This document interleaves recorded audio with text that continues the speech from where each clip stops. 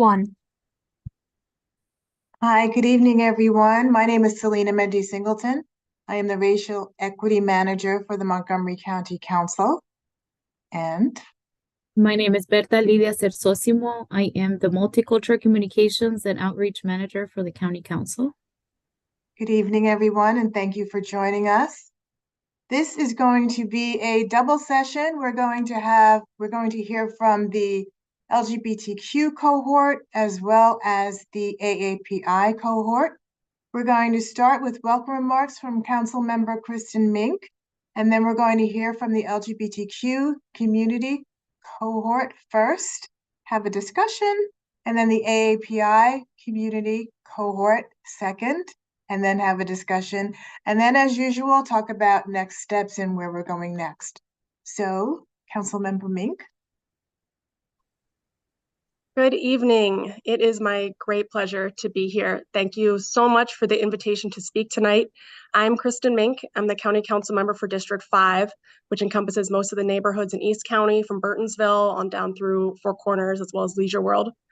I'm a Silver Spring native, the proud daughter of a Chinese immigrant, and the first Asian American to serve on the Montgomery County Council.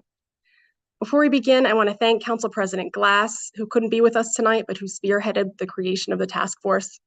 And I would like to recognize council staff, especially Selena and Berta, for your thoughtful and critical hard work facilitating these meetings and everything in between over the past several months. Thank you to both of the cohorts presenting today. The LGBTQA+ cohort and the Asian American, Native Hawaiian, and Pacific Islander AANHPI cohort are engaged in critical work to make our county an inclusive home for all of our neighbors. I want to acknowledge the incredible leadership in our communities that both of these cohorts are representing on the task force. We know that, unfortunately, hate, discrimination, and acts of violence are on the rise against both the queer and Asian and Pacific Islander communities, amongst others. We have much work to do to build understanding, and that starts with having honest conversations about the past and present of discrimination, structural barriers to social integration, an opportunity for all of our communities to fully and equitably thrive together. In our country and our county, this history is very much in the living memory of our residents. Asian immigration to this country was virtually banned until 1965. Interracial marriage between white, Black, and Asian people was legally banned in Maryland until 1967, with our state being last to lift that prohibition before the national ruling in Loving v. Virginia. Marriage equality was not codified in Maryland until 2013 and by the Supreme Court in 2015.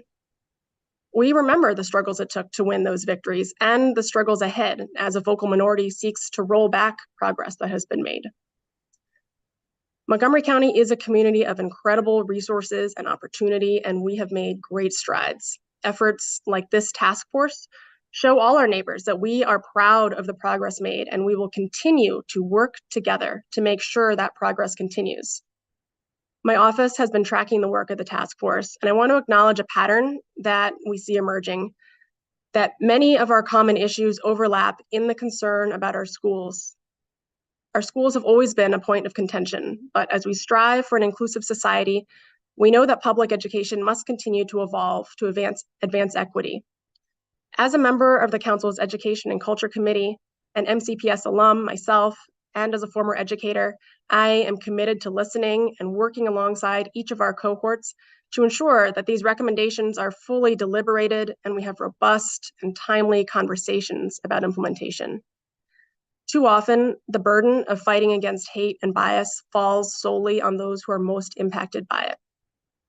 So, as each of our cohorts lifts up stories, information, and recommendations, it is incumbent upon all community members, and I include myself and my fellow electeds heavily in this, to listen and learn and to step up as allies and accomplices to make sure that what we're hearing turns into meaningful action. So thank you again for inviting me to be with you tonight.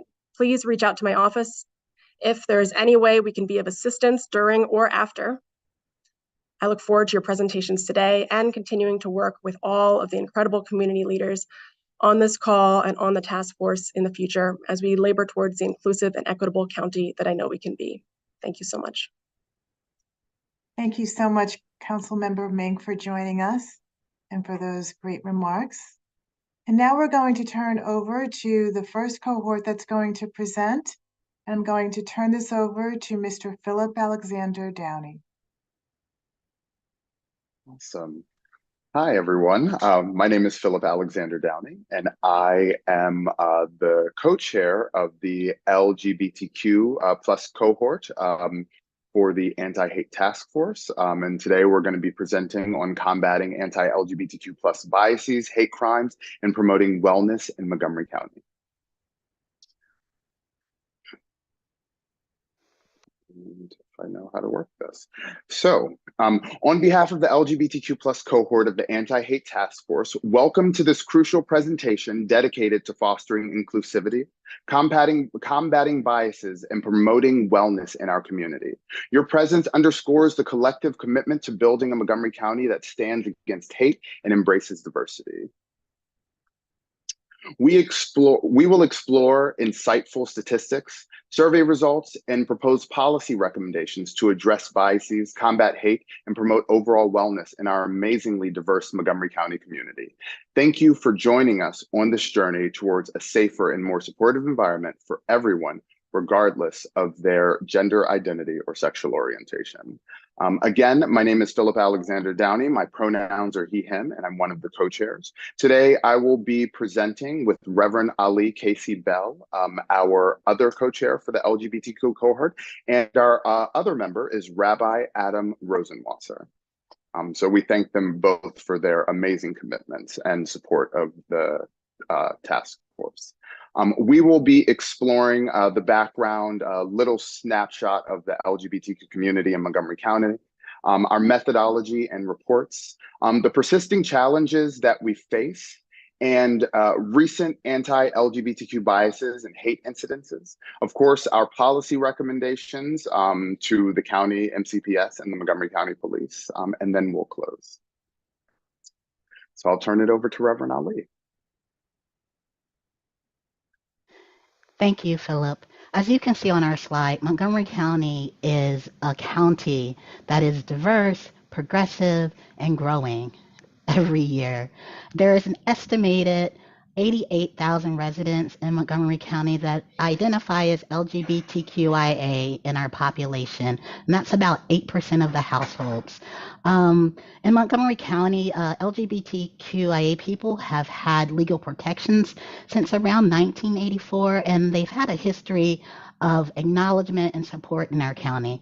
However, that does not mean that people who are LGBTQIA are not still seeking equitable treatment in our county.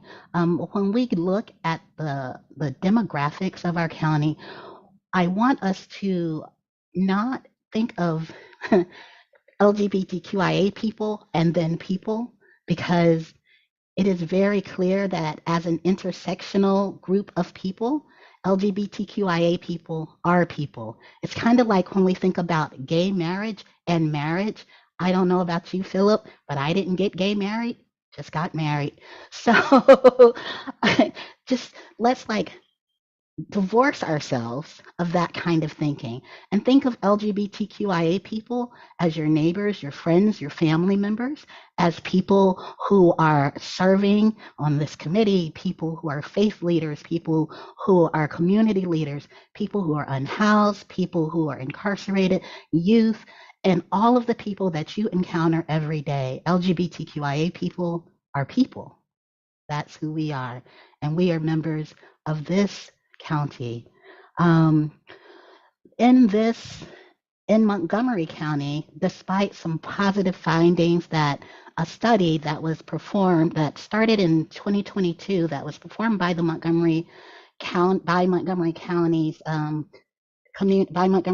it was called the Montgomery County Community Survey. There was a total of 2,566 responses collected of the survey. And then, of course, as we know with surveys, you have to do some data cleaning. And with this data being cleaned, for numerous things like manual, they cleaned it automatically and manually. And then because being LGBTQIA means that there will be, because of the society that we live in, hateful things that come into anything that is sent out to the public. So cleaning the data of those types of things, cleaning out people who were cisgender, people who were heterosexual, etc. The respondent pool shrank to 842 respondents. And when you think about that, that is about 1% of the LGBTQIA population. And of that 1% of the LGBTQIA population in Montgomery County, we noticed that there was not a large representation of people who were BIPOC, people who were younger, and people who were having identities that were gender expansive, etc. So people who are the most underserved and most vulnerable in our community. But even though those things are true and valid and real, there was still a survey. So we do celebrate the work that was done for that survey, because not every community had that happen. And in that survey, it was found that many participants that participated in the survey, and the age range was, the youngest person was 11 years old and the oldest was 84 years old. The respondents came, many were born in the US, and some were, and as many as 35 other countries were represented for people and where they were born. And responses were collected from 54 zip codes. And what they found was that people reported in 2022, now this is, well, we're in 2023. So as some of you may know, we've had an influx of hate groups into our area. So this is evolving data. But in 2022, people reported that they felt mostly safe living in Montgomery County, with the noted exception of that people who lived closer to DC, like to live closer to DC, especially for trans members of the community, because it provided them a better sense of safety, support, and services. And we do like to note that Montgomery County's LGBTQIA residents recognize that they have some privileges that other states may not have, and they are still lagging behind in the equitable treatment in our county. Philip?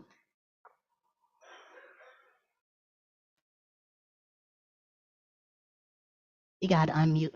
Unmute. Okay. I was like, am I off mute? Can everyone hear me? So our persisting challenges, discrimination despite progress. And you know, it's very hopeful on paper what you see with the protections that are in Montgomery County. It's amazing what our county council does and our progressive government and community continues to do, but we need to ensure that the issues that are faced by LGBTQIA plus folks don't continue to grow. And then we also, like right now with the national rhetoric that are trying to literally outlaw and ban trans people, or the art of drag in heterosexual and queer communities, you know, and in some spaces, only being able to dress as the gender that you were assigned at birth, and what does that mean? Because I know that you know, heels and wigs were traditionally created for men, so along with makeup. So the persisting challenges that we face in 44.9% of respondents reported experiencing discrimination in at least one place over the past year, from the Montgomery County LGBTQ Community Survey that was released in 2023, like we said, taken in 2022. 23.8% experienced discrimination in a public space. And despite the advancements in legal protections and social acceptance, discrimination remains prevalent. As we said, nearly half of Montgomery County residents reported that. Now, And the CDC reported the LGBTQ plus youth report. This is very specific that it did not include trans youth. And that's specific because of not only the fact that our reporting needs to be better on a national level, not just on a county and a statewide space, but we need to ensure that our most vulnerable communities and populations are being counted and their responses are being tracked.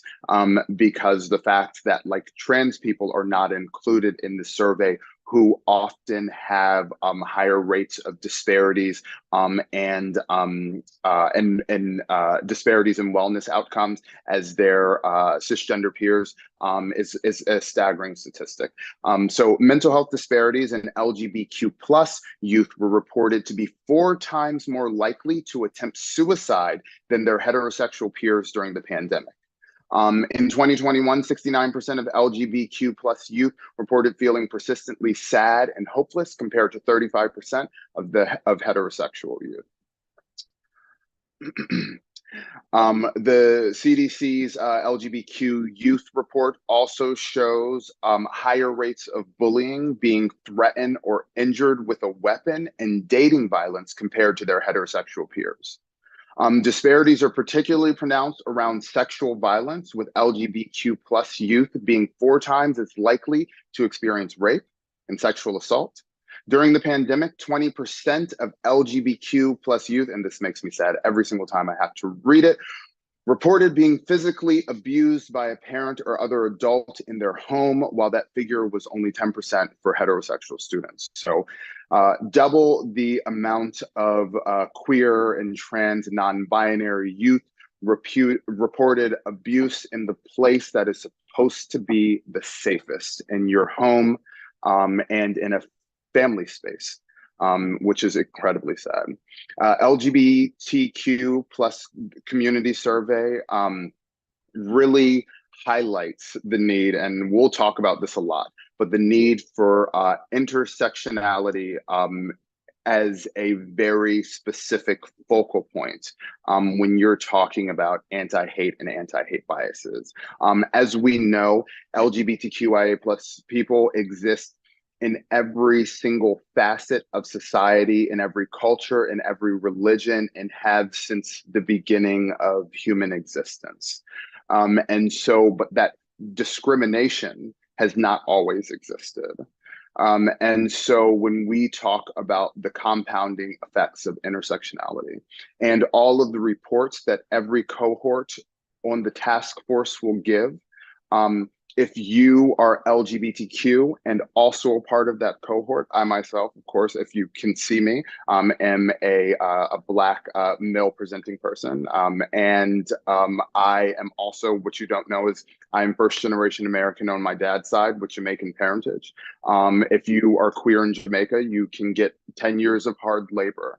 And so when we're in spaces where being Black, you get discriminated against, and then you are discriminated against because you were queer, or you're discriminated against again because then you were a woman or a femme presenting person or a trans person.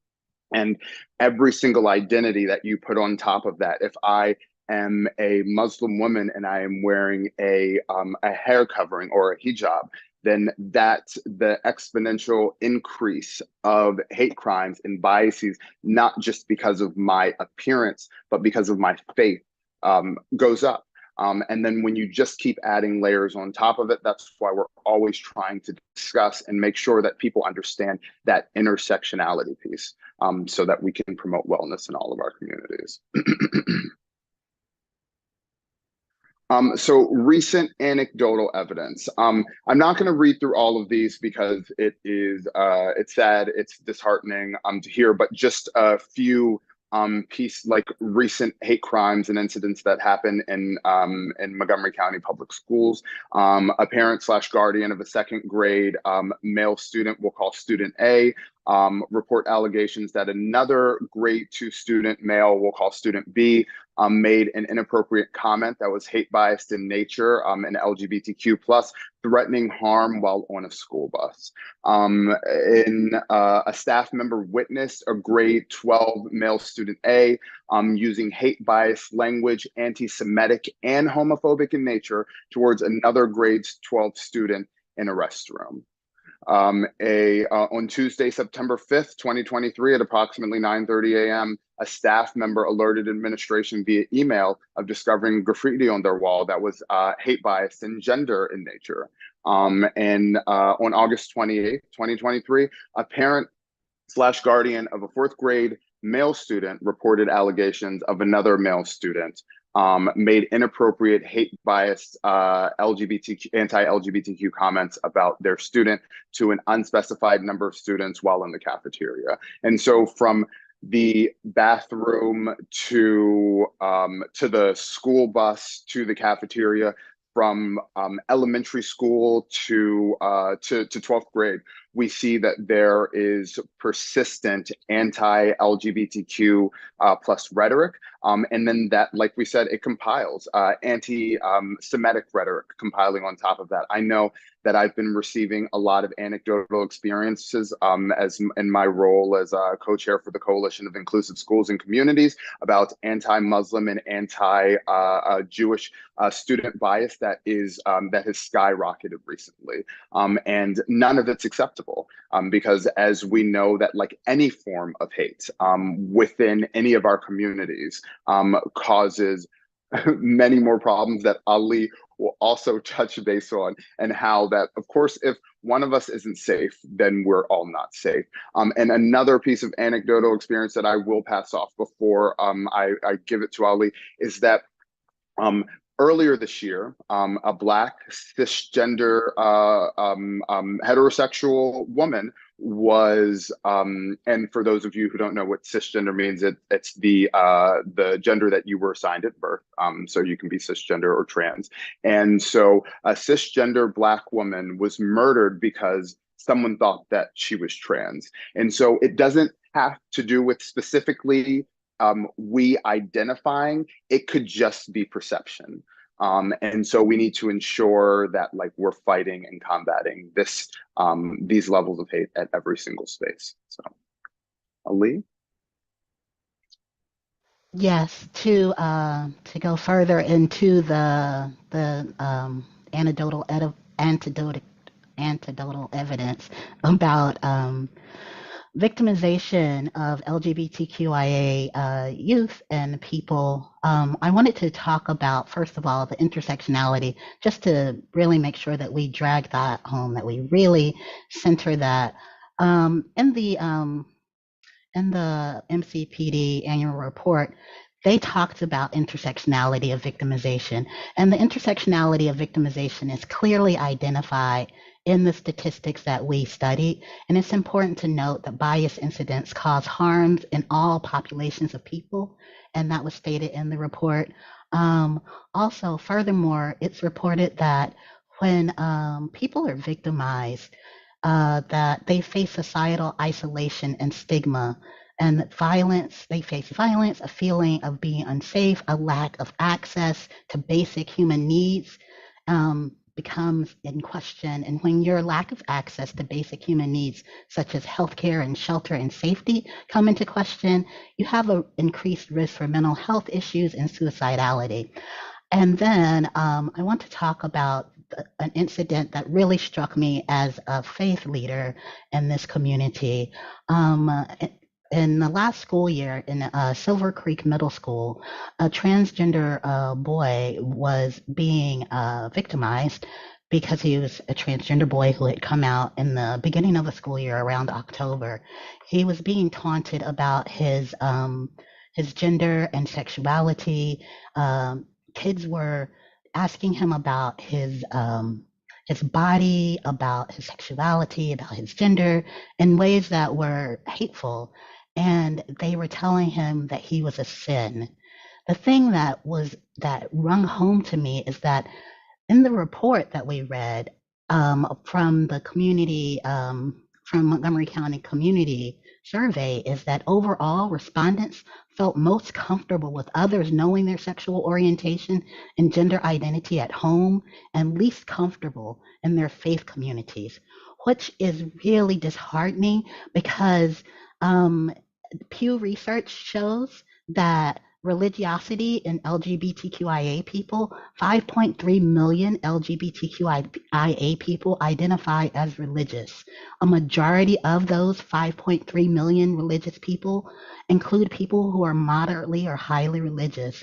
LGBT adults report a specific religious affiliation, with the majority of over 4 million who are affiliated with a form of Christianity, Protestant, Roman Catholic, or other Christian, with another 430,000 people identifying with no religion as atheist or agnostic, and more than 420,000 are affiliated with another non-Christian religion, with over 130,000 being Jewish, more than 100,000 being affiliated with Islam, and over 100,000 affiliated with the Church of Latter-day Saints. So when we, as faith leaders, are teaching things that translate to children that it's okay to be hateful to other children in school, we are teaching children to separate other children from a source of faith. And that is just deeply disturbing to me. And this is my own private and public call in to other faith leaders that maybe we can have a different recourse in the way that we teach faith and faithfulness, in the way that we talk about faith and faithfulness in our religions, so that no child is separated from their faith religion, considering that LGBTQIA people are a faithful people. Another thing that was pointed out in this survey was that there were children who were just in all sorts of different ways taunted and told who they were and who they weren't. It's important for children to learn who they are and who they aren't within themselves. And we know that when children are victimized, it leads to all sorts of other bigger problems that affect each child, each family, each community, and then our world. So hate is never a way to solve differences. In that report, we also saw that families were suing about LGBTQ books being included in school systems. And then we saw a rise in hate bias about Muslim and Jewish kids and all of the identities related to this idea of what this fight is about or it's not about.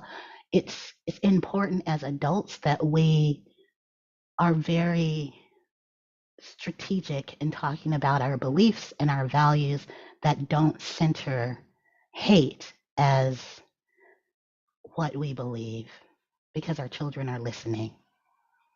So, Absolutely. And, just to piggyback off of that, Ali, when speaking with the Montgomery County public school system and really talking to the educators and our leaders in the school system, they understand that for the most part, children are open and receptive, and the behaviors of hate are learned.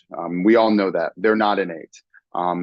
Two young people see each other when you're first born. You learn your language is love. You're seeking out human partnership and love, and so that hate is always learned behavior, and so we can eradicate it by without teaching hate and ensuring that we're checking all of our own biases, and then also we can ensure that we are working in progressive measures like the policy recommendations that I'm going to move on to right now. So our community is at a pivotal moment, and it requires decisive action to combat hate crimes and biases while promoting wellness. The policy recommendations presented here form a high-level roadmap towards creating a safer, more inclusive Montgomery County for all of its residents, irrespective of their gender identity, sexual orientation, or cultural background.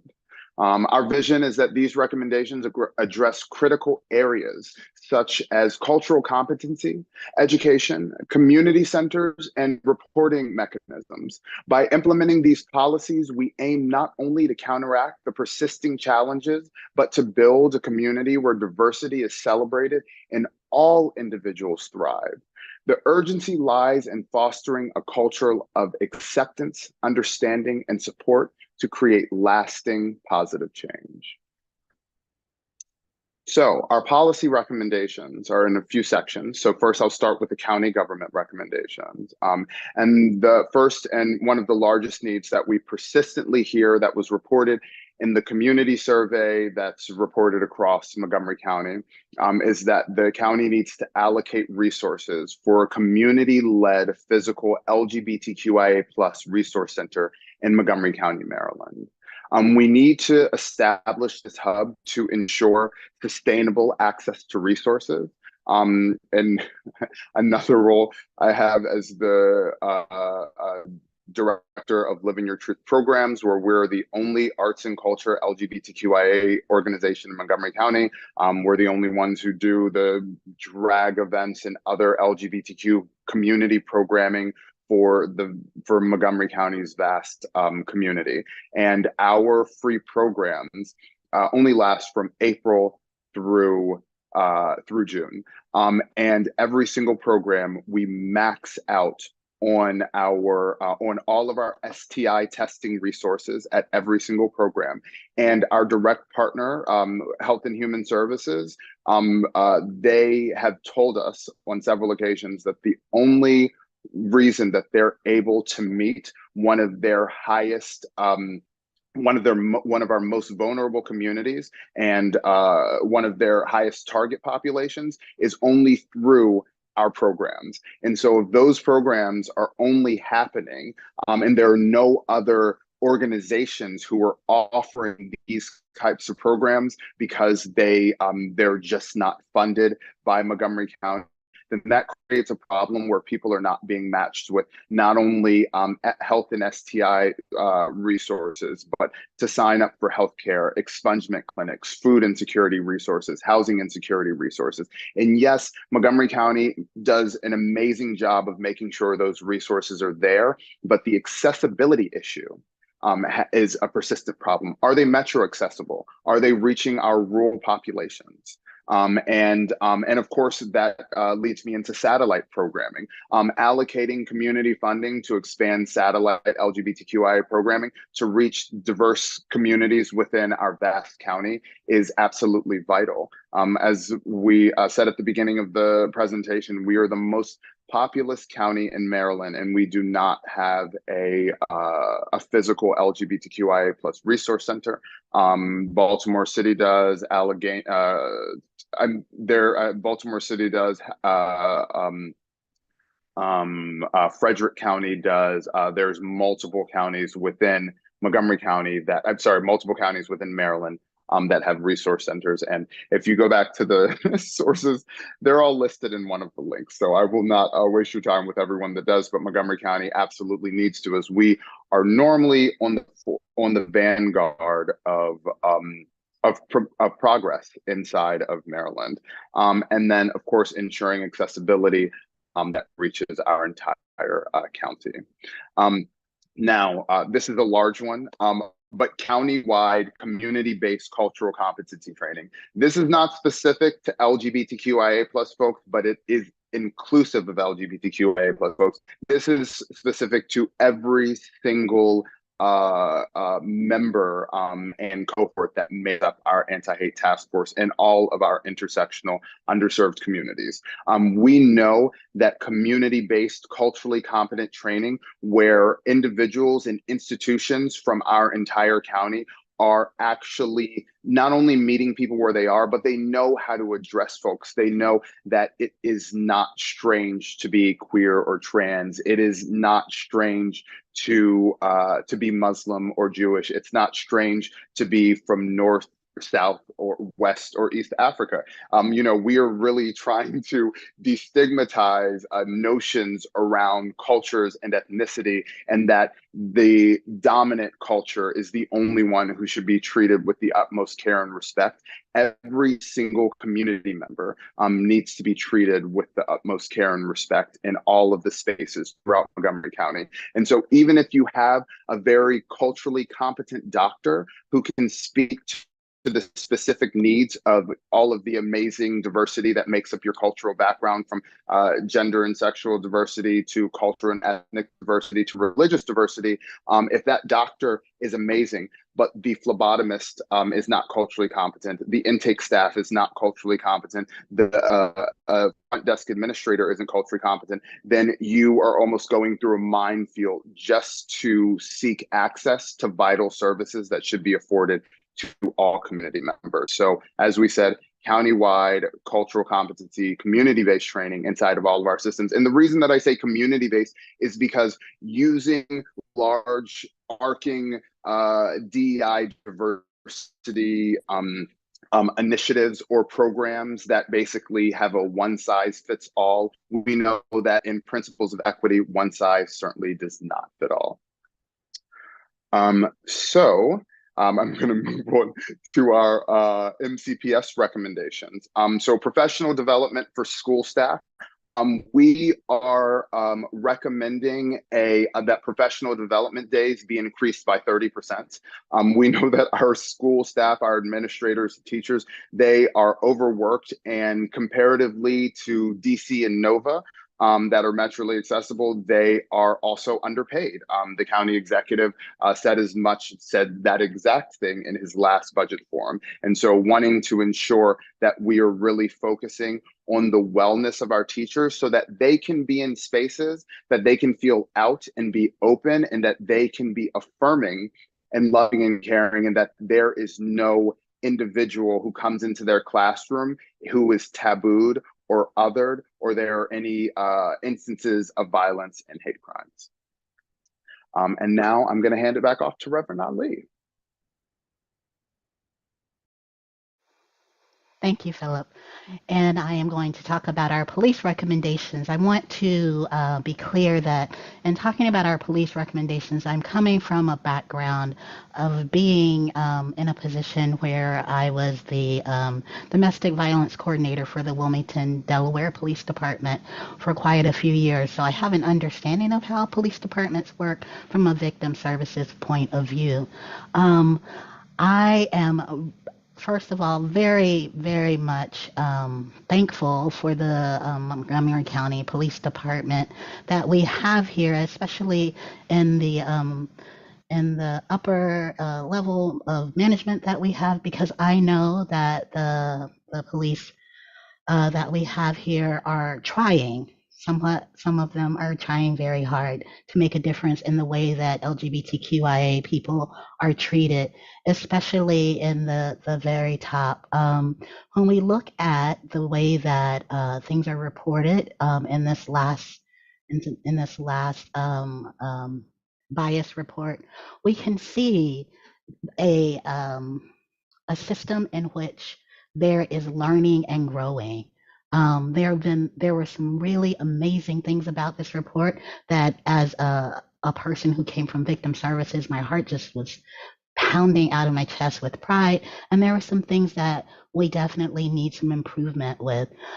We feel that there needs to be an officer resource group for marginalized communities within the police department, because the police department is just like any other group of people. And we understand that when groups of people are working together and bonding together in an environment where their lives are on the line, everyone is generally trying to just survive, right? And so when difference happens in that environment, it is difficult to be a different person in an environment. That sameness is required for people to be kind of trusting you. So we feel like police need to feel safe, especially LGBTQIA police need to feel safe and affirmed to live authentically among their own colleagues. BIPOC police officers need to feel safe to live amongst their own colleagues. And we recommend that all peer-to-peer, that all police officers receive peer-to-peer led internal training within the Montgomery County Police Department. We also recommend that there is a systemic approach to implement comprehensive tracking and reporting of anti-LGBTQIA biases, hate crimes, and anti-BIPOC violences and biases, and reporting on what role intersectionality plays. And this is why I'm just going to look at a couple of sections of this really quickly so I can just get you to where I am. Because if you read the report, you can see that there was a lot of great work, and I want to hold that up because we are heads and tails above many other police departments, but we can do better. So I'm going to direct your attention to a part of the report that is called, where is it? It is this really interesting statistic. It says, the report detailed listings of a breakdown of the type of bias incident, which we appreciated. As we stated earlier in the report, LGBTQIA people are an intersectional identity. Therefore, we may experience hate and bias incidences related on intersectional identities. And so they went on to talk about bias motivation. They said that 22 incidents of the 157 total bias incidents recorded in 2022 reflected multiple bias motivations. Race and religion continue to be the primary bias motivators, 77 and 53 incidents respectively. Then sexual orientation, 14 incidents, and gender bias, 6 incidents. Ethnicity was a motivation in 4 incidents. However, in their report, when reporting on types of bias incidents, we can see that there needs to be a more detailed collection of information on LGBTQIA reporting. And their types of bias incidents, it says, for statistical purposes, bias incidents are classified into additional separate and distinct categories from offense classifications. And then it goes down into this very detailed and beautiful explanation of these classifications. It says approximately 45% of the reported bias incidents fall into the category of vandalism and graffiti, 70 incidents, 79% more than the number of vandalism in 2021. However, 29%, it goes on and on with all these numbers and figures. And then the last sentence says, anti-homosexual phrases and images are frequently reported. And I'm not sure how much frequently is. I don't know what frequently means. And that's what makes me feel like maybe we just need a little bit more training, support, tracking on what frequent is, because we already have something great and we can just do a little bit better if we do something like that. Because what they have reported in their report is that incidents of bias and violence affects the whole community. And this report goes above and beyond. If I don't know if any of you all scrolled all the way to the bottom of their report in Appendix A, they gave a summary of the 2022 significant bias incidents. I pulled out one for our presentation, and it says, and I want you all to just breathe with me because we're going to talk about a sexual offense. So it says the assistant principal reported a sexual offense at school. The victim disclosed they were inappropriately touched by 2 other students. The subjects have a history of bullying the victim because of the victim's gender identity. In addition to inappropriately touching the victim, the subjects also made jokes about the victim's sexuality. No criminal charges were pursued. The matter was handled administratively through Montgomery County Public Schools. Not very many police reports do that. They don't have to do that. That's extra. And it is telling of the amount of clarity and the amount of caring that was taken with this report. So I believe that just more of a systematic approach to looking at intersectionality and looking at anti-gay bias and collecting that information would just make this report even better. Back to you, Philip.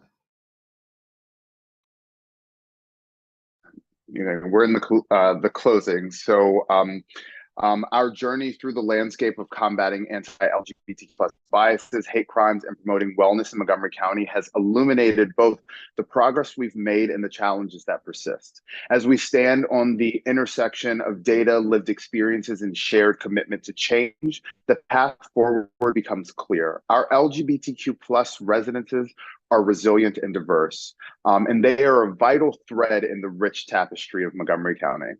As we conclude, envision with us a future where inclusivity is not just a goal, but a reality, a future where every individual, regardless of their gender identity, sexual orientation, race, culture, religion, ethnicity, or intersecting identity can thrive without fear of discrimination. Our recommendations for policy changes, cultural competency, and inclusive education serve as a snapshot for this transformative journey.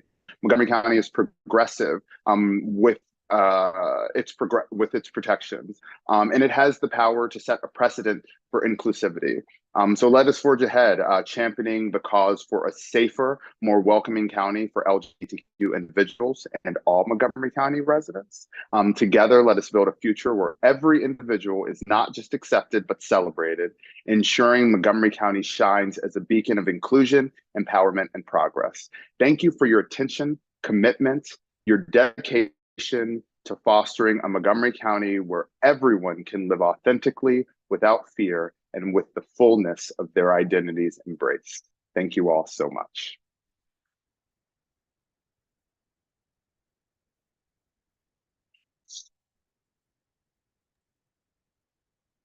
And so we're going to open it up for questions.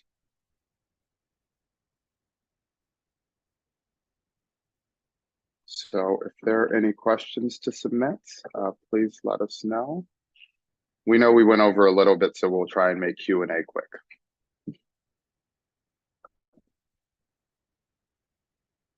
Does anybody have any questions? I don't see. Oh, here's one. Q&A. Can I? Yes, Ms. Pinto. Yes, good. Yes, thank you. Good evening, everyone. Thank you so much for the presentation. It was, I don't know, I don't know how even I describe, but my question is, well, what has been the most difficult thing getting the data to present tonight? So data wasn't actually a problem. It was what data to prioritize because there's so much of it. And then also a lot of data paints a very bleak future, which is unfortunate in some reporting spaces. But inside of Montgomery County, even though we've been getting a lot of evidence that people don't feel as safe being LGBTQIA plus folks don't feel as safe in the community as they did when this surveys first started reporting. We've definitely found that there's certainly like a need for very specific reporting. So I would say that the data wasn't difficult, but there is always a lot of data when you're talking about LGBTQ folks. And then one part that's difficult is that intersectionality piece where we're not hearing reports when the effects are compiling. And so, sometimes it might be an anti-Black and an anti-LGBTQ incident, and we only hear about one or the other. So. And I think also federally, lots of times data is male or female. It doesn't track non-binary or trans people. So we have LGB data, but not LGBT data. So. Thank you. I have sent in sort of a recommendation for the MCPD in terms of how institutional bias and sort of indifference could make a lot of changes in terms of crime prevention. And I'm sort of citing to this case, great documentary that talks about the perpetuation of serial killer in New York over almost 10 years because there was indifference in the institution, the last call killer. So that should hopefully be recommended viewing for folks to sort of be institutionally aware But my question to the court is, you've mentioned about how Baltimore and Frederick County and others have sort of been actually sort of steps ahead in sort of funding the Pride Center or something that's similar to that one. What do you think is the holdup in Montgomery County, and what's the factor behind that? Oh, that is a good question. So, Montgomery County is very accessible to DC, accessible to DC in terms of the Metro line. So since DC has been a hub for queerness, a lot of folks will flock to DC or Baltimore.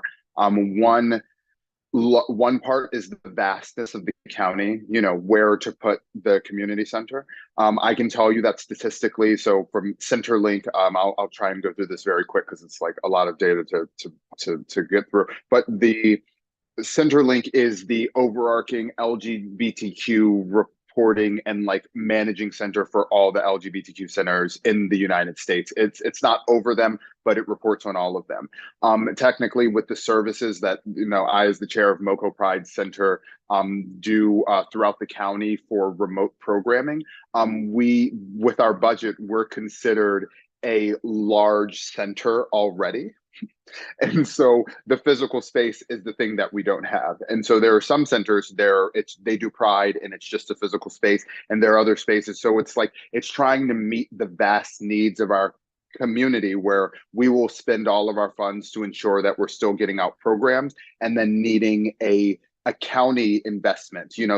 We need an investment from our county to ensure that essential public services remain, because unless it's by very individual donation from people who were technically the most underserved and marginalized, that's the only way that, or someone just giving a ton of money to build a space. Centers are built because they are hubs of resources that are vital to communities, and so we need that same thing in the county. So thank you for asking, Daniel. Thank you. Of course, I'm muted. I wanted to read a question that got posted in the Q&A from Andrew Lynn. And the question is, how satisfied is the LGBTQ plus cohort with the current MCPS response protocol for incidents? Oh, gosh, this is, so I mean, it keeps happening, so not satisfied, but it isn't about what's written, it's about the implementation. Okay. And so like the protections are there, but the implementation of those protections and how we operate in spaces, making sure that because also every single teacher, every single administrator, every single school staff person has their own set of biases and prejudices. And so we need to ensure that we're combating it at every level. And it's not just that students are being educated, but the educators and the administrators and the school staff and that team that makes up the MCPS community is really being educated on anti-hate practices. And not only being educated, but then being held accountable when education is not, when their bias combats their education and allows for incidents to occur. I think that restorative practices are not only for students, and that implementation happens with a very measured and open and caring approach to that. People come from different places and with different understandings and different biases, but we all, in the care of our children, have to be in one place with one accord, which is the care of children in our care.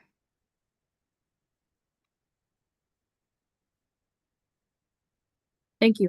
There's another comment question from May Powers. It reads, love that you talked about intersectionality and the need to support community-based organizations. I wonder if you can share more on how your group would approach creating greater cross-solidarity among our groups.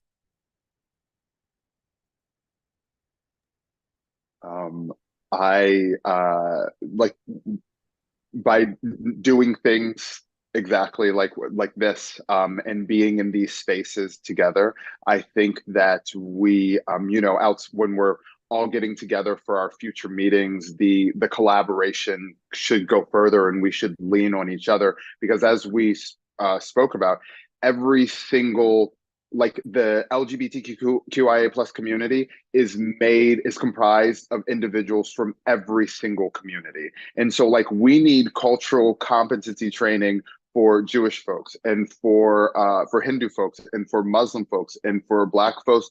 Like, there's over 3,000 ethnicities in Africa. So I'm not saying that we're going to get to every single one of them that make up our amazingly diverse society, but just being able to be in community with each other, and know that we're trying to teach the principles of humanity, where everybody belongs and matters, and that we can come to each other, and, like, I can lean on my other the other cohorts for recommendations on how I should approach subject matter for all of our different ethnic, religious, and cultural diversity.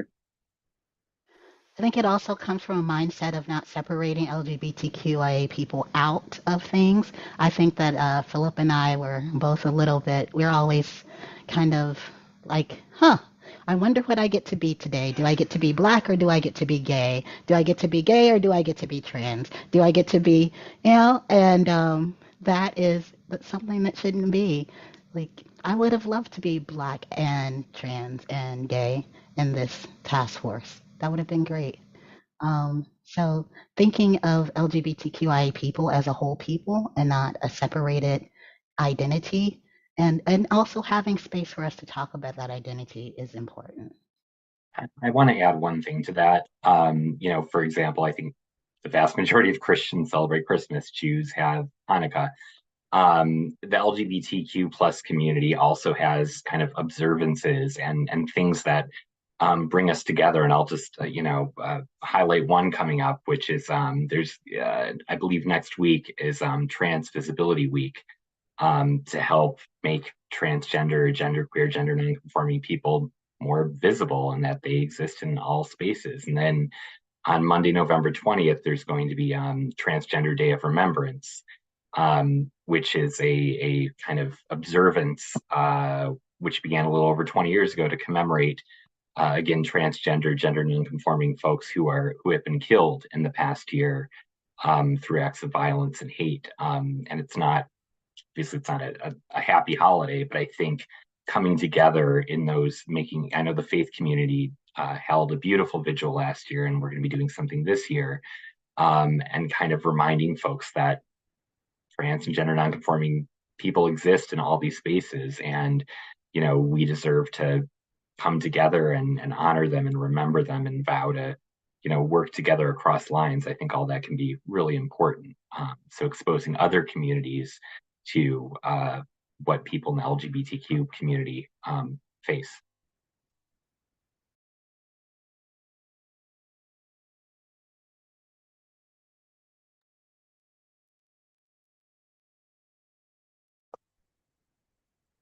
Well, if there are no other questions, thank you, Mr. Downey, Reverend Bell.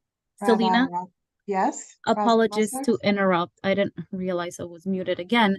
There's one more question. I will read from Emberine Khan. Early in the discussion, there was discussion about the engagement of Black, Indigenous, people of color, BIPOC members of the community in participating in the surveys. What are the reasons for the limited engagement that you have learned in the course of this work?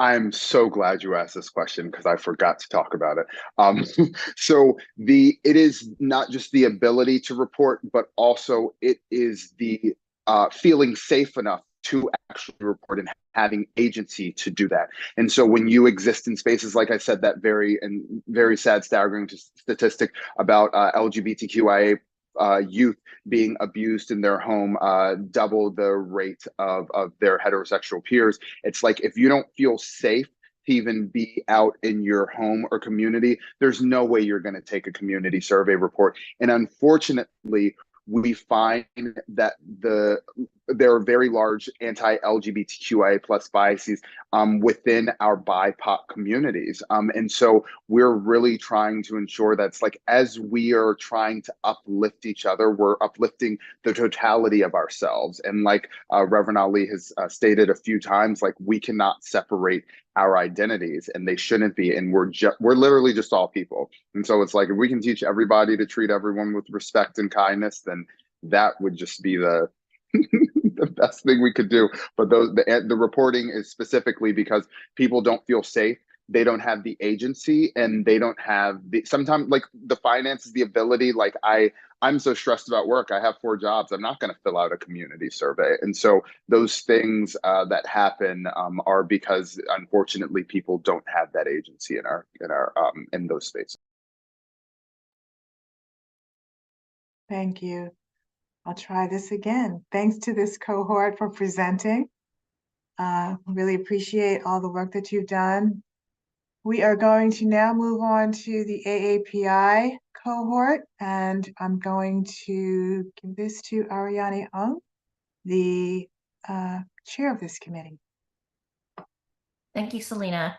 I'm Ariane Ong, and as an overview, could advance to the next slide.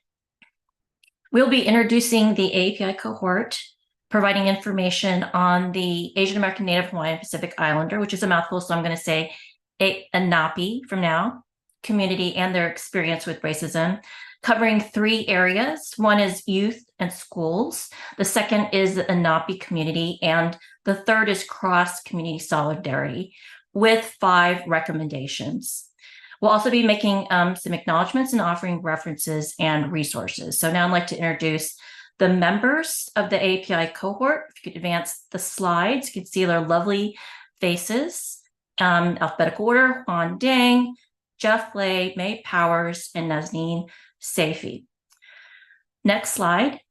Over 4 months, we engaged with over 50 stakeholders, and they spanned county leaders, parents, teachers, students, community organization members, organization leaders who responded to a community survey, county staff, and more community leaders. So we were informed by the insights that they provided to our work.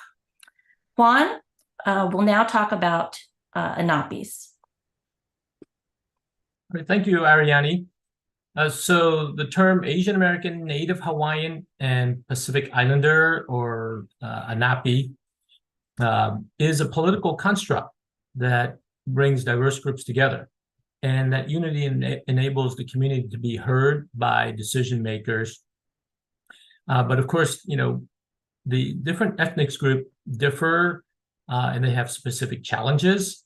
So for example, there are those groups that have high poverty rates or below average attainment of high school graduation. So if you disaggregate that data, that would enable decision makers to apply equity and inclusion and avoid the trap of the model minority myth, which is the false perception that all ANAPIs share the same characteristics, such as high income and education levels. So next, ANAPIs in the US are largely immigrant. 20.6 million residents, according to the 2020 census,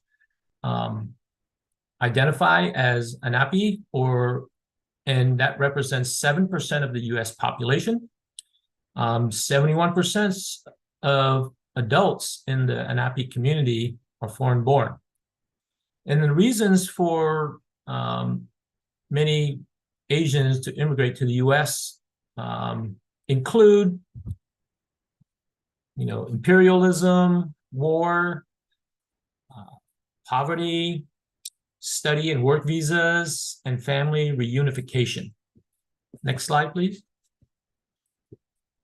So this slide shows that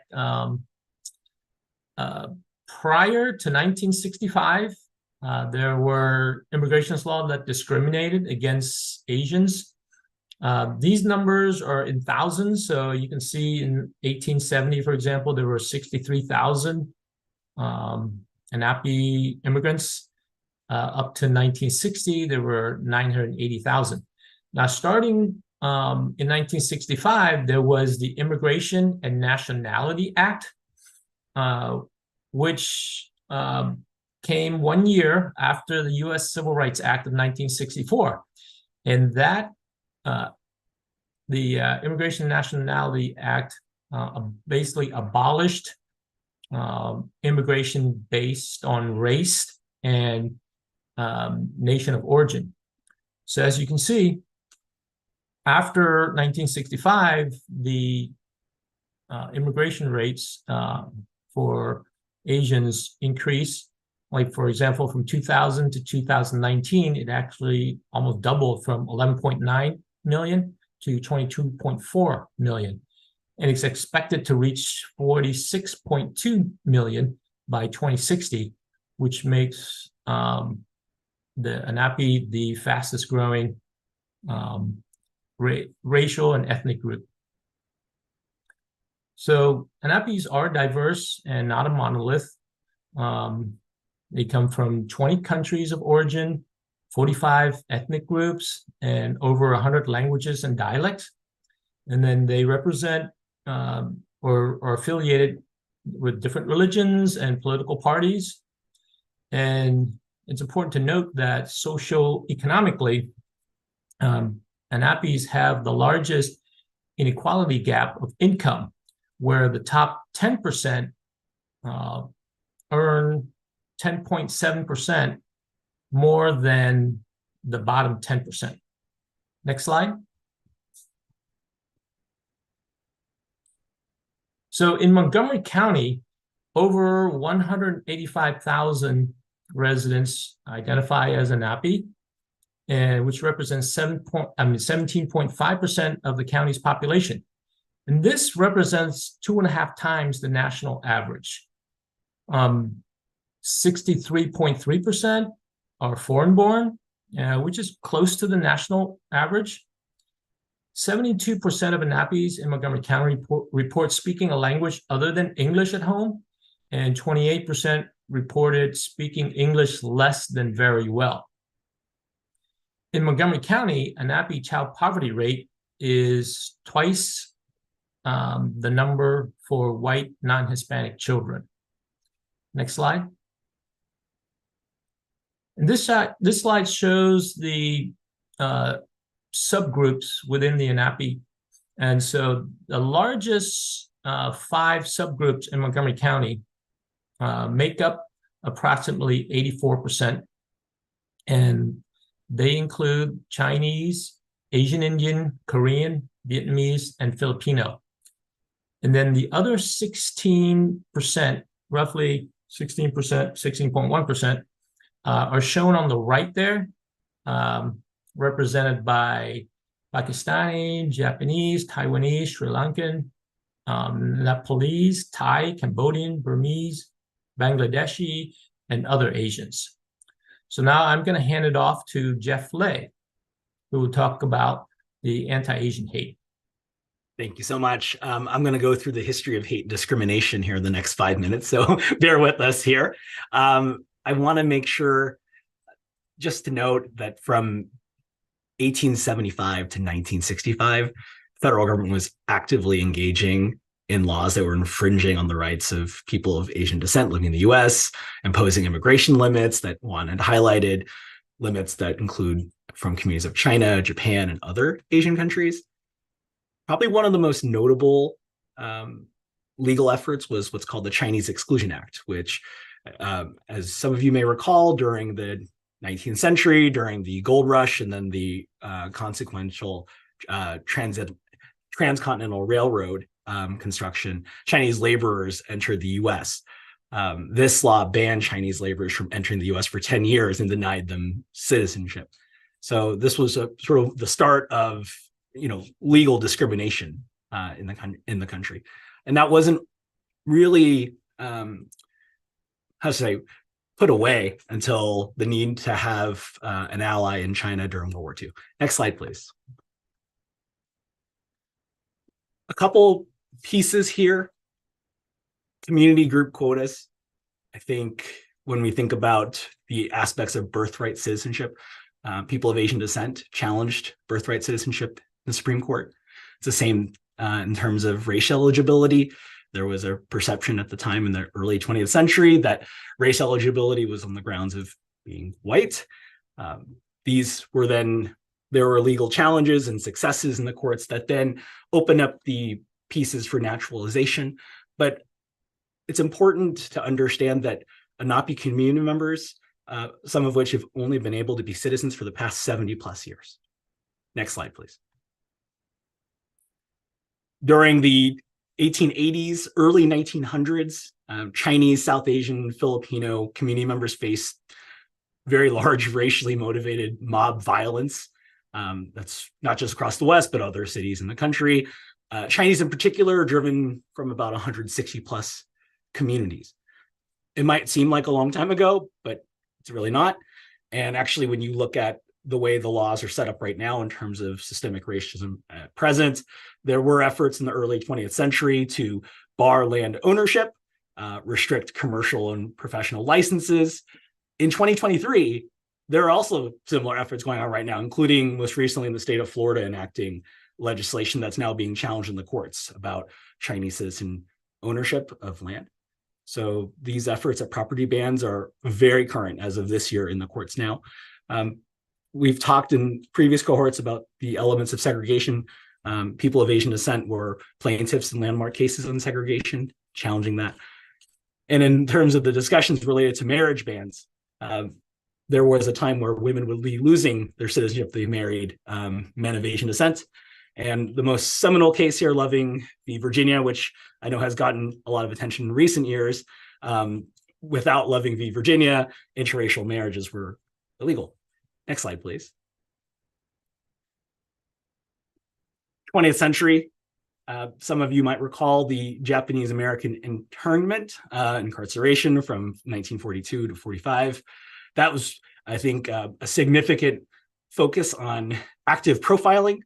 And I would say highlights the elements of the perpetual foreigner. And I would say parentheses, you're being profiled because you're seen as being not loyal to the United States. This is something that's happened since the McCarthy era.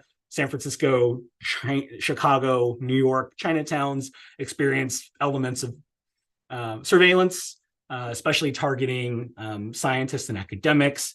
I think in more, the 21st century, after 9/11, there was active targeting of Arab, Middle East, Muslim, South Asian community members, especially in areas of public transit.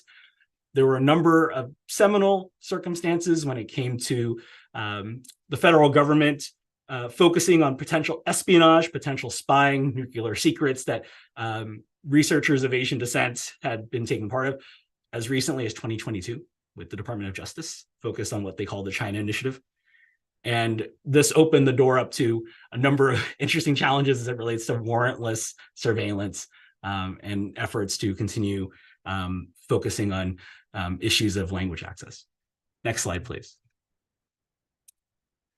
So Napis, they are the least likely group to report on hate issues, hate incidents.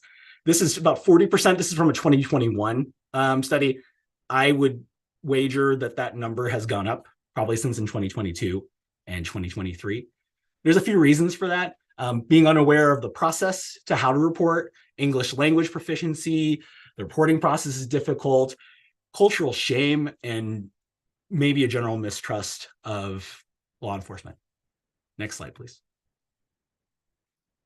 For Montgomery, from a national perspective, just before the pandemic and heading into the first year of the pandemic, 339% increase in hate incidents, hate crimes, about 2 in 5 experiencing this.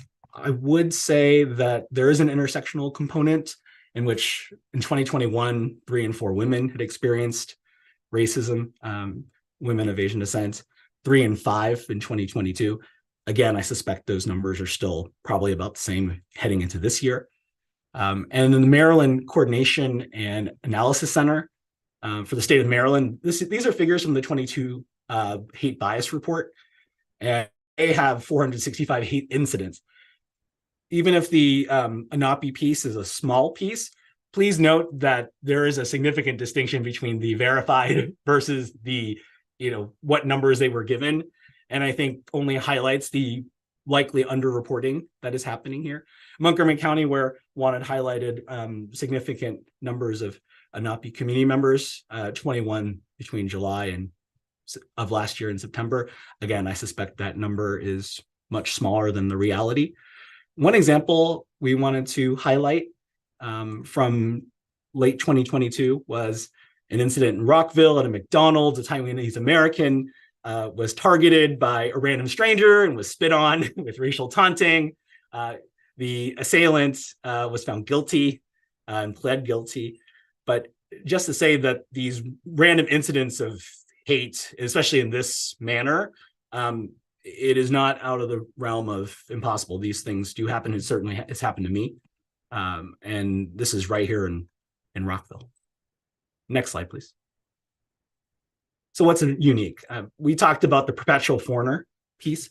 There's a growing bipartisan anti-Chinese government sentiment. That rhetoric or perspective does have an impact domestically and locally and at a community level. There's also an ongoing level of economic competition. And one piece to note, during the 80s, in 1982, the Vincent Chin murder.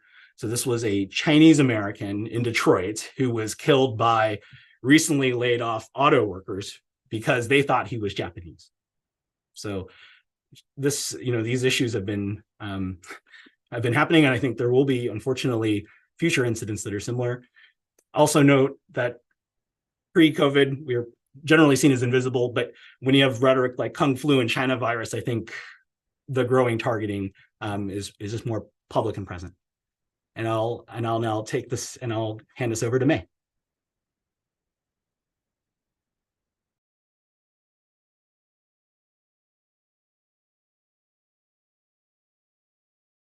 May, you're on mute. Thanks. Sorry, it's hard to drive the slideshow and know what's going on all the different screens. So unfortunately, I think we've heard across all cohorts that youth are experiencing hate, especially including in our schools. And to help address this, we recommend to monitor, advise, and fund MCPS to fully implement and strengthen the anti-racism action plan to include more of our anti-hate lens. Let's see here. So first, just to share a little bit more background, while we live in a very diverse community and the student population in Montgomery County is diverse, there are clustering of larger groups in certain areas and so smaller in others where students can feel still isolated. But the ANAPI student population is about 14%. What we learned from the anti-racism audit is that race and ethnic bullying is prevalent, and I thought it was worth noting that all students kind of said, like, this is a problem. All of the students' focus groups raised this as an issue. In the yellow are just a few examples of that students experience: being called Corona, being othered by the foods we eat or the way we dress, and even more threatening comments that's in bold here, that all of China should be gas. And the toll of hate and bias is real. From the SAMHSA stat, right, that suicide is the leading cause of death among the ANAPI community for ages 10 to 19. So I think from these stats alone, you can see, like, our young people are pointing out that there needs to be more help. And we want to recognize there's been tremendous efforts demonstrated through the anti-racist audit and the action plan, but we also need to call attention to the fact that it still feels fragmented and inconsistent. Students we spoke with shared varying experiences of classes meant to promote diversity and understanding, noting, sometimes we just watch a video, but there's lack of meaningful dialogue. And even teachers also saying, like, we feel ill-equipped to facilitate these conversations. Additionally, another area of concern is just the inconsistent approach on reporting and handling reporting. Jeff already mentioned a few reasons of why underreporting happens, but I think what's unique to the school setting is that sometimes there's a preference to not report, and to make it a teachable moment. Or there's a lack of differentiation between bullying and a hate bias incident. And finally, like maybe the reporting mechanisms we have is not really accessible to our students. So to the left here is an app that was developed by students called Stronger Student. However, when I, asked students and teachers and parents about it, not many people knew about it. So just wanted to give that a quick call out. Again, to address these issues, we recommend to monitor, advise, and fund MCPS to fully implement and strengthen the Anti-Racism Action Plan. And what that looks like is collecting and analyzing disaggregated data by ethnicity, because again, the Lenape community is very diverse and not a monolith. Improve understanding and cultural competency of the diverse community and incorporating that throughout all MCPS functions. Provide training for staff, parents, and students in the broader community to identify, respond to, and prevent bias incidents and crimes against the Lenape community. And that more specifically requiring annual anti-bias trainings. So this looks very similar to the annual child neglect trainings, which, teachers say, I can recite those by heart, but they're not quite there yet with anti-racism and anti-hate trainings, and also promote bystander trainings. Providing cultural, proficient, and linguistically accessible services, in particular in mental health, given the stat we shared. So hiring Lenape counselors, providing, accessible resources. Another major point within this is fostering an inclusive school environment for our Lenape students and employees. And I think of note, we wanted to call out to support student-led efforts. I think they'll be more participating and engaging. They know what they like and what they'll listen to. And then also to celebrate diversity while being careful to not other underrepresented groups and not feed into the continual outsider or un-American stereotypes that happen. And then finally, to include a piece of oversight of the Anti-Racism Audit and Action Plan, evaluating for community awareness of the resources that we have, hosting an annual public meeting on the progress of the Anti-Racism Audit and Action Plan across the school district, and finally reviewing reported incidents of bullying and bias so that it can be looked at for indicators so that, just the response is conducted in a consistent, fair, and equitable manners across the school. So I'll turn it over to Ariani. Thanks, May. So the second area besides youth and schools that we focused on was the Lenape community itself.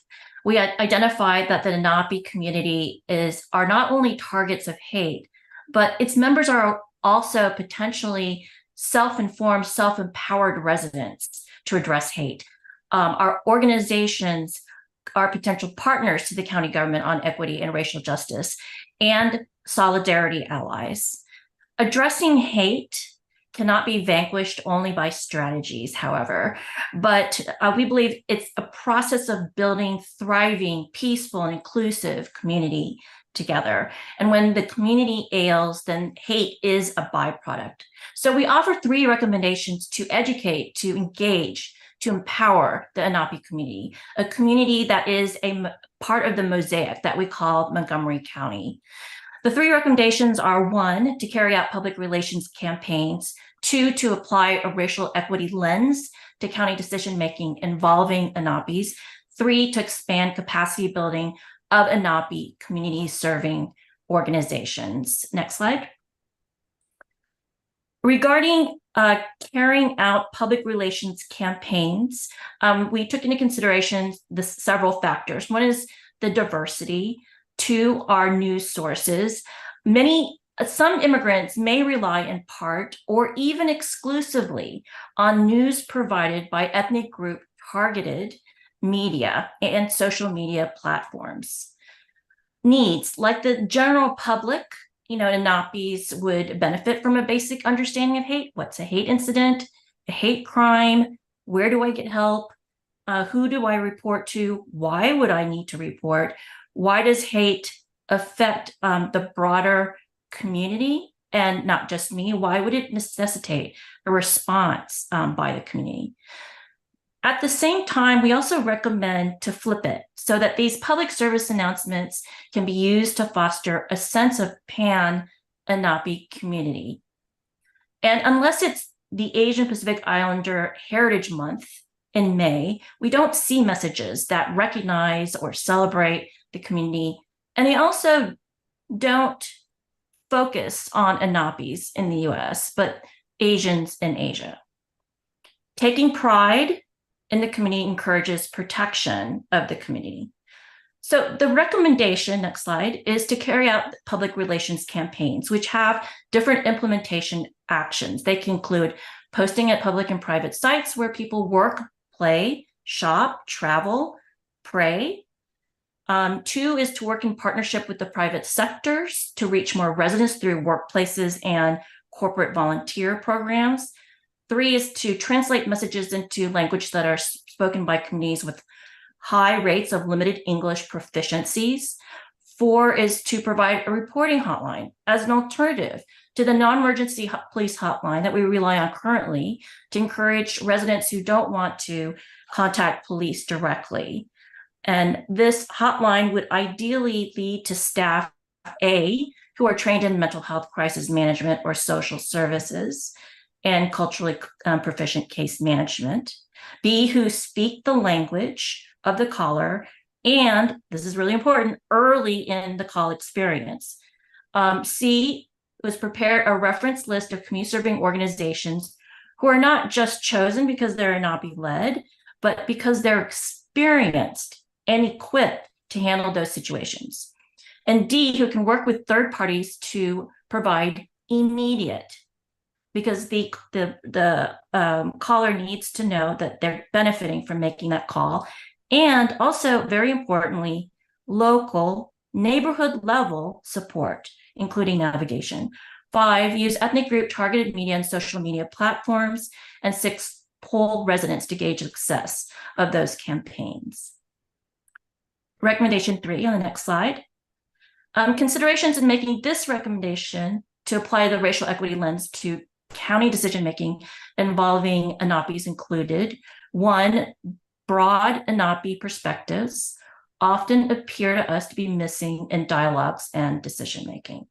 Number 2, Lenape community needs are not fully understood or met.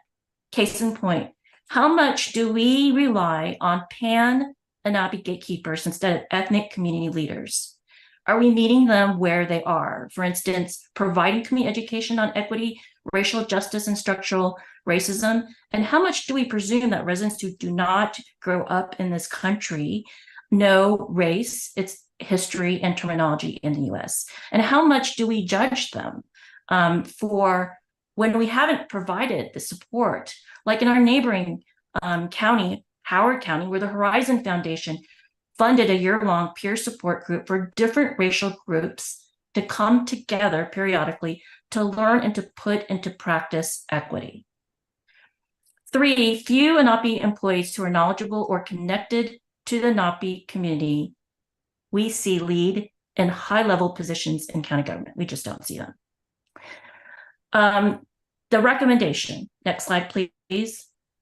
To apply racial equity lens to county decision-making involving Lenapes can be carried out through different steps. They include, number 1, to collect and report disaggregated data. Again, that's ethnic group data. 2, to ensure representation of ethnic groups at the table. So for instance, during the survey that we did, a respondent raised the point that Sikh Americans, together with Muslim, Middle Eastern, Arab, and South Asian Americans, were targeted for profiling and hate crimes after 9/11 and up to the present time, yet no Sikh American serves on this task force. It was a valid point. 3, to apply a racial equity lens to evaluate access and use by Lenapes of county programs and services. 4, to collect narratives on the different ways that Lenapes experience bias. And so to illustrate, during COVID, I monitored clusters of small businesses that in the same city, but across the country and including Maryland and Virginia, were targeted for vandalism during, this is again during the pandemic. But even before that, they occurred in these isolated incidents that coincided with Asian cultural markers like Lunar New Year. 5, to hold cultural proficiency training on Anapis for county officials and staff across government. 6, to benchmark the progress, especially with respect to leadership opportunities for Anapi County employees. And 7, to convene a State of Anapis Summit. That would be the first of its kind, to measure the county's progress toward DEI goals related to Anapis. Next slide. So the third of the 3 set in this category is to expand capacity building of Anapi community serving organizations. Observations. Number 1, few. And few, I mean as many as fingers as I have on a hand. Anapi organizations focus on civic activities as opposed to cultural heritage, language school, direct services. Very few are based in Montgomery County. A couple come from DC and have a presence here in the county. In other cities, established Anapi organizations represent community voices before local government leaders. And we know some do that, but not with the same presence as in other cities. They also engage in advocacy and work in a pan-Anapi community coalition. We don't have that. To grow such capacity, Anapi organizations would require funding to hire paid staff and grow into sustainable organizations. And in the long run, like any other nonprofit, strong community serving organizations would be reliable partners to the county government, and particularly in the anti-hate work. So number 4, at the same time, Anapi organizations face historically low funding. And it's been the same story for the past 20 years, all the way up to this most recently released study that Anapi organizations nationally receive 20 cents for every $100 in foundation grants. A little better in the corporation side, $1 for every $100 in corporate giving. So in terms of the implementation of this recommendation, expand capacity building of Anapi community serving organizations, it's 1, to stand up Anapi civic and advocacy organizations to partner on anti-hate efforts. 2 is to leverage the organizations and our knowledge and our connections to ethnic groups. 3 is to fund volunteer navigation. Here, I just want to take a second to assist survivors in hate. And that means people who navigate through social, health, financial, legal services, and court systems, and who can also serve as a support companion, a translator, a media spokesperson, and also to provide training for those navigators. And 4th and last, to foster the growth of Anapi organizations that represent underrepresented ethnic groups, support the Pan-Anapi coalition building, and fund solidarity work with other groups. Nazni? Good evening, everybody. I'm going to present our last recommendation, which is in the topic of cross-community solidarity. Our recommendation is that the county invest in cross-community solidarity through continuing the anti-hate task force, increasing county staff and resources to support the recommendations made by the task force, and by funding community organizations to promote solidarity among communities experiencing hate. Slide, May. So some of the factors that we considered in making this recommendation was, first of all, Anapis have been involved in the anti-discrimination efforts from the 1880s, the 1960s civil rights movement through the present day. But the impact of the Anapi community has not always been seen due to their small numbers. The community, however, is growing. In Montgomery County, according to recent census data, the Anapi population grew from 14.23% in 2010 to 16.11% in 2020. The increase in the Anapi population means that a greater percentage of this community are now seen, and a larger number are active in community organizations. But due to heightened threats within the community and the rise of anti-Asian hate rhetoric and threats to other communities, the Anapi community now wants to make sure that we serve as allies in multiracial and multi-faith coalitions. Next slide. So in order to invest in the cross-community solidarity, we have 10 action items.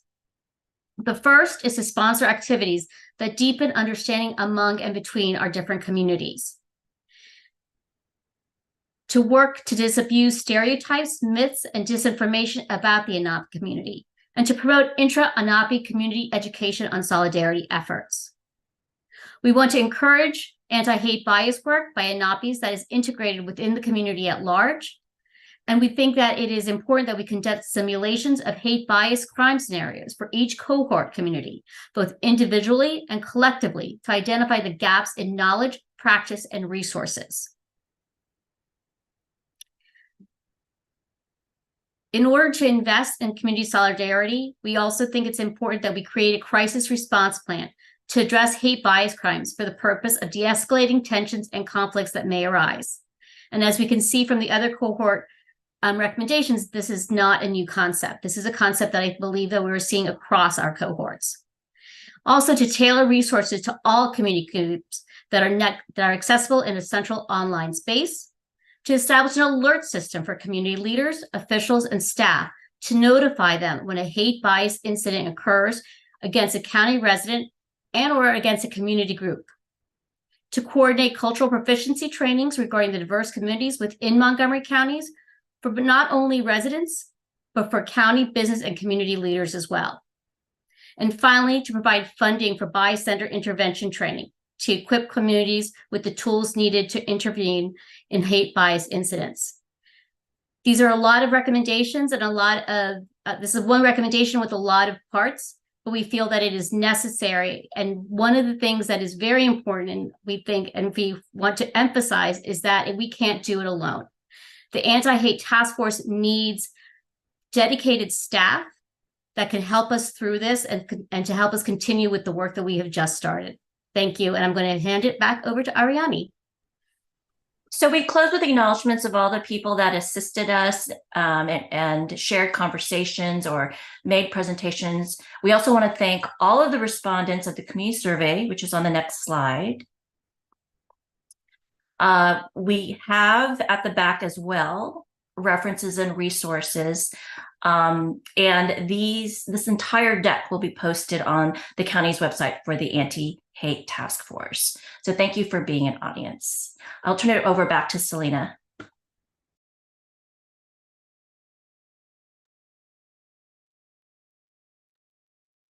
Thank you so much, Ariani, and thank you to the entire task force for another great presentation. Bertha, I don't know if you see any questions. I do.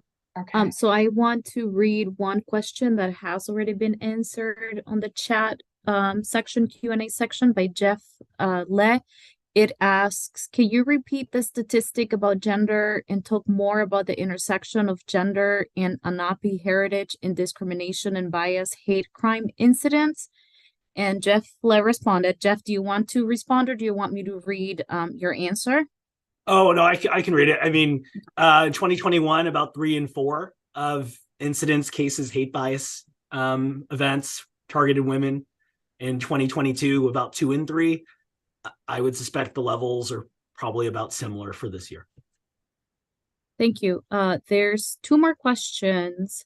Reverend Ali asks, can you address why ethnic reporting is important instead of race reporting? I think it's because some Lenape people's race is white in the U.S., not by their choice, but by U.S. mandate. Is that right? I'm trying to clear up my own ignorance. I'm sorry, could you repeat the question? Yes. There seem to be 2 parts in there. Yeah. There's 2, and it's also posted in the Q&A section. Okay. But I will repeat, can you address why ethnic reporting is important instead of race reporting? I think it's because some Lenape people's race is white in the U.S., not by their choice, but by U.S. mandate. Is that right? I'm trying to clear up my own ignorance. So the official designation is actually, there's Asian American as a race category, and Native Hawaiian Pacific Islander also as a race category. And then under Asian American, there are many different ethnic groups. And, you know, we community advocates starting as early as the late 1990s, fought very hard to have disaggregated data. And the reason why it's important in terms of hate crimes is that, for instance, if there's one ethnic community that is less likely to report than another community, but you're looking at numbers that combine both communities, then that will mask the problem, the underreporting. And so we need to unpack those so we can see why. Because as Juan said in the very beginning, Asian Americans, it's just a broad umbrella, term for very distinct communities. It's actually 40 different communities or more. If I can add, without disaggregated data by ethnicity, right, we wouldn't know that stat that Juan shared earlier also, that the top 10% of Anapi community earn 10.7 times more than the bottom 10%. So, right, like their experiences are different, and by having the disaggregated data, we can offer more programs and focus for folks who really need it. And just to add one more thing is that, when you talk about Asian Americans, you're talking about communities from China, from Vietnam, from India, Bangladesh, and there are crimes that are committed against the South Asian community that that South Asian communities are targeted for certain crimes. The Chinese community are targeted for others, and when you just say Asian American, you don't see where those crimes are happening and to who. Thank you. There's one more question from Andrew Lin, and it reads, excellent set of recommendations. Will both cohort presentations be posted online? And yes, they're going to be on the Anti-Hate Task Force website, which I shared the link on the chat just now. And can I just ask, Reverend Bella, did we answer your question, or did you have any other anything You else? absolutely answered my question. I had some idea of what the answer was, but I thought that it was what I posted was something that is a common misconception, and I wanted to make sure that that common misconception was elucidated. So thank you. Thank you.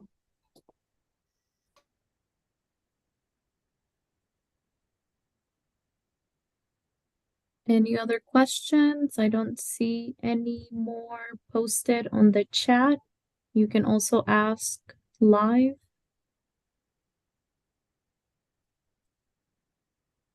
Going once, twice.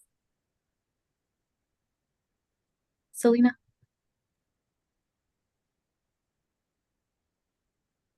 Well, that's it for our evening. We just want to thank everybody for attending. Thank you to both cohorts. Our next meeting for the full task force will be next week, November 16th, and that will be the presentation of the Hispanic Latino cohort at 7 p.m. Again, thank you and good night. Thank you. Thank you all. Good night. you. Thank Yeah. you. Thanks so much, Selena.